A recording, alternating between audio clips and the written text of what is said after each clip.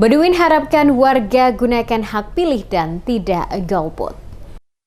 Penjabat Wali Kota Ambon, Baduin Watimena memastikan pemerintah Kota Ambon telah berupaya maksimal dalam melakukan sosialisasi dalam upaya mengajak warga untuk menggunakan hak pilih saat pencoblosan 14 Februari. Demikian penegasan penjabat Wali Kota Ambon, Baduin Watimena, usai memimpin langsung apel pagi bersama dengan seluruh ASN pemerintah Kota Ambon di Pelataran Patimura Park pada Selasa 13 Februari 2024.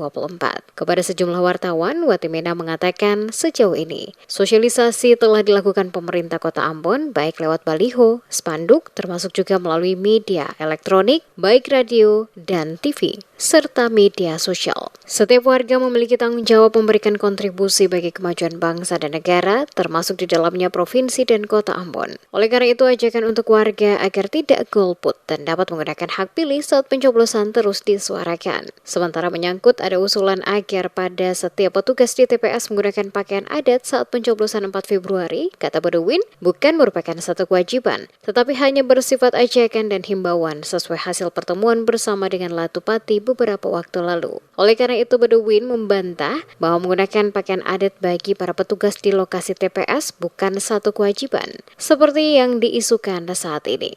Akan tetapi hanya bersifat usulan untuk menjadikan pemilu yang bermartabat dan beradab di negeri raja-raja. Saya rasa pemerintah Kota Ambon sudah melakukan sosialisasi di banyak, ya, baik itu lewat baleho, spanduk, ajakan di televisi, di radio, di lampu-lampu merah. Untuk apa? Mengajak masyarakat untuk menggunakan hak pilihnya. Saya bilang berkali-kali bahwa hak pilih kita itu bukan hak yang pasif. Kita sudah ditetapkan dalam DPT, tapi kalau tidak datang ke TPS, hak kita tidak bisa kita gunakan.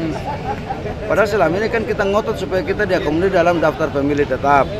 Sekarang sudah diakomodir, dia tidak akan bisa berdampak apa-apa kalau kita tidak datang ke TPS dan menggunakan hak pilih kita. Nah, karena apa?